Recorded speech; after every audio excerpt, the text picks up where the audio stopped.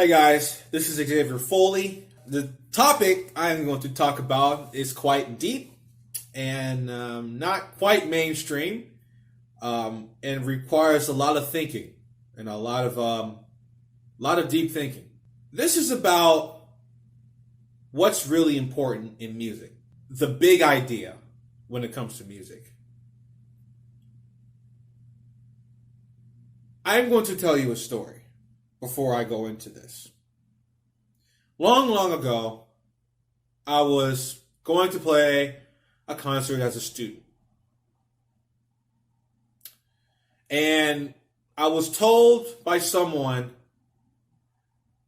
that I needed to play something virtuosic for this concert.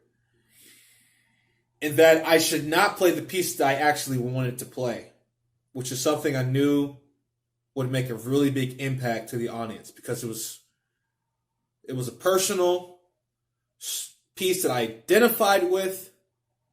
It was a sad piece. It was a very beautiful piece, and I knew the audience would appreciate that. I knew the audience would really enjoy this piece. But the person who told me that this was not a good idea to play this piece heavily insisted that I play something virtuosic, fast, and showy, because that's all that matters. And so I did. I changed the repertoire choices that I had for the program, and instead of having these pieces that I really knew would make an impact, I changed everything to a bunch of virtuosic stuff. So it was cool. I mean, I played a lot of fast notes, and, with all the little skippity-lippity-doos and, the harmonics, and that's all cool and whatnot. I mean, yeah, people like it. Clap. But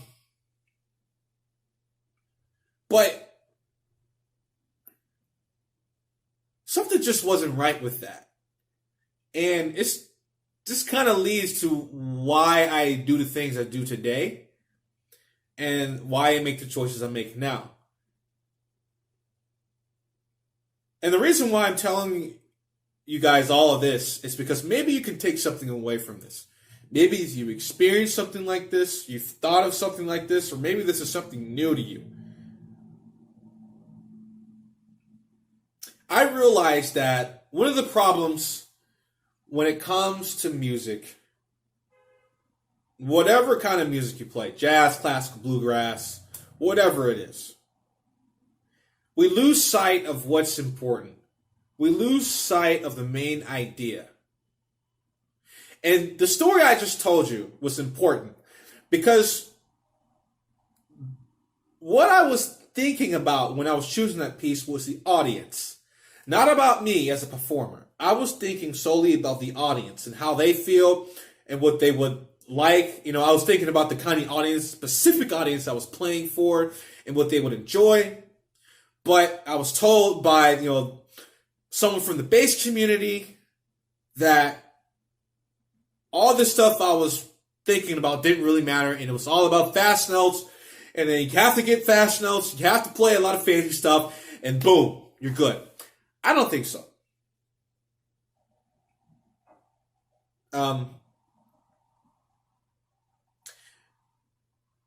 People tell me that their definition of a great concert, like a concert that was one of the greatest concerts they've ever seen, their definition of something like that is when they see a performance that changed them for the better, right? They went into the concert feeling a certain way, and they leave the concert feeling changed, enlightened, transcendent, whatever you want to call it.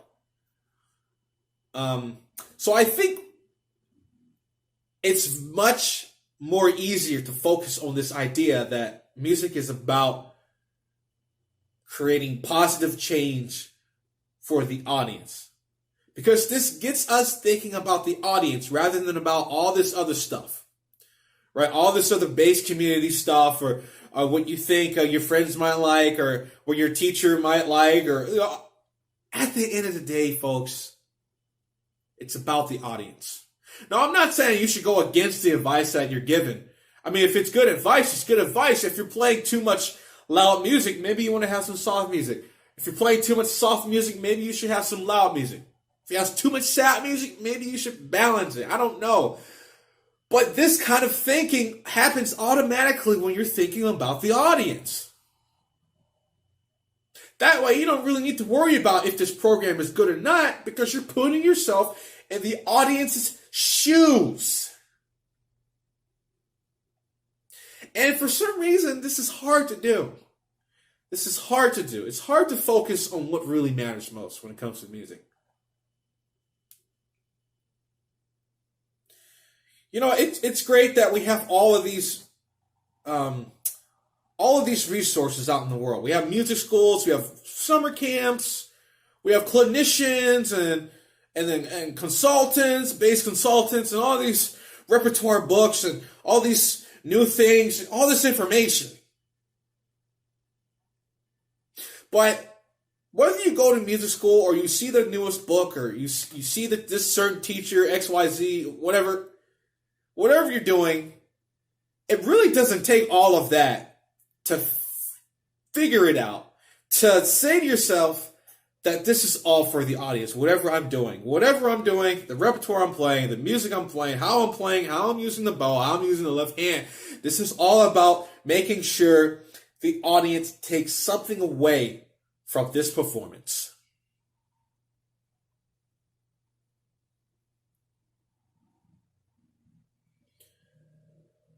So, again, I mean, I don't know if I've said this before, but I think the big main idea that will help clear a lot of problems with, these thoughts about, oh, what should I do here? What should I do there? What should I do with my career goals? What should I do? What am I doing in my music life? What am I doing? We are doing all of this to create positive change for the audience, right?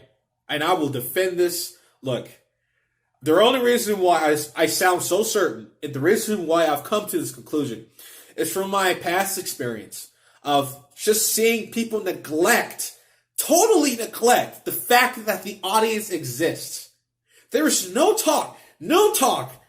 All these festivals I've been to, Aspen, Swanee Music Festival. Where else have I been? Parliament Music Festival, Eastern Music Festival. These are all great music festivals. Been to Curtis. I've been to all these things. And I'm not saying that these places are bad.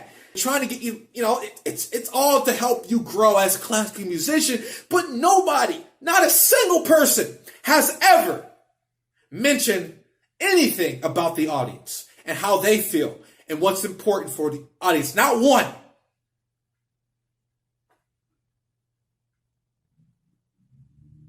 That's the only reason why I'm making this video. That's the only reason.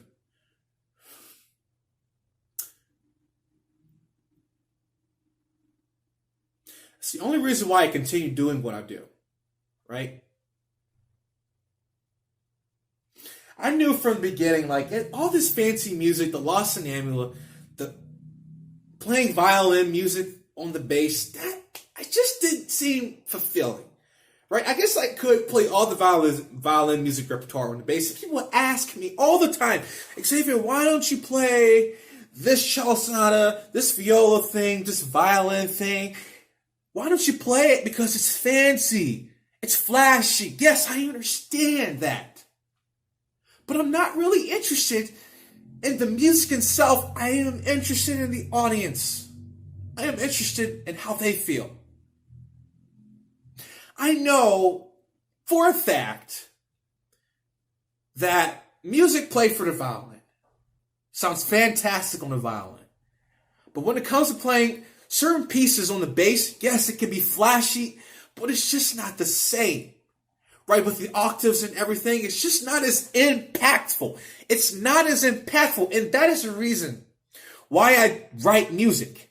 Because I'm writing music that fits the bass, and I know can make more of an impact than playing a bunch of the repertoire, not for the bass, just to be flashy.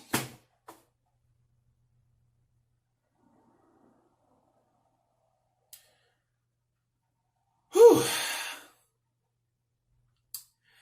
Folks, this all comes from personal experience. I'm not trying to talk down on anybody. Not the whole goal of this video.